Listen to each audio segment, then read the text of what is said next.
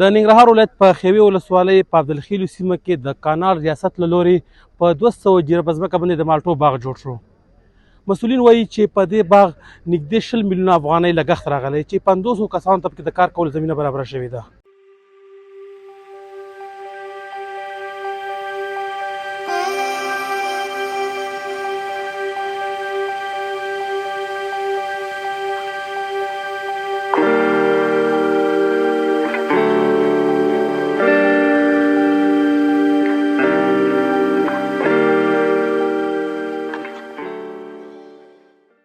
سږکال موږ د کانال په مربوطاتو کې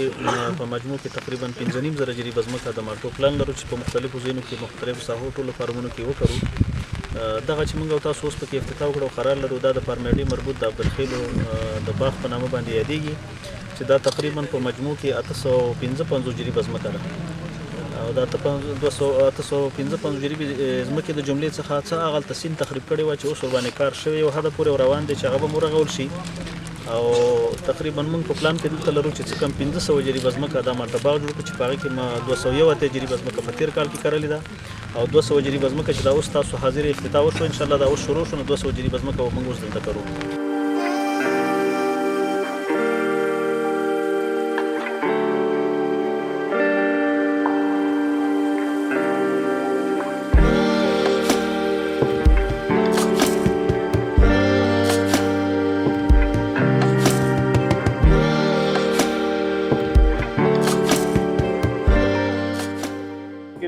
لکه مختلف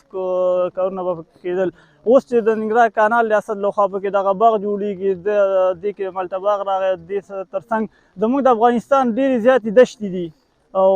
د چارواکو څخه موغوښتنه دا ده چې دغه دښتو باندې لکه څرنګه چې دلته باغ جوړېږي باید په دې د ټولو دښتو باندې دغسې باغونه جوړ شي د افغانستان په ښېرازۍ او پرمختیا سبب وګرځي. دا هغه باغ دی چې په دې تېرو 100 کالو کې چا دې ته نظر نه و کړی او هماغسې پاتې و مګر دلته موږ دغومره وایو چې دا چا د خوا نه وشو دا لاسته راوړنه د چا ده چې دا موږ ته نن را په برخه شوې ده. پژواک خبری آژانس د پیښو ریښتینې هنداره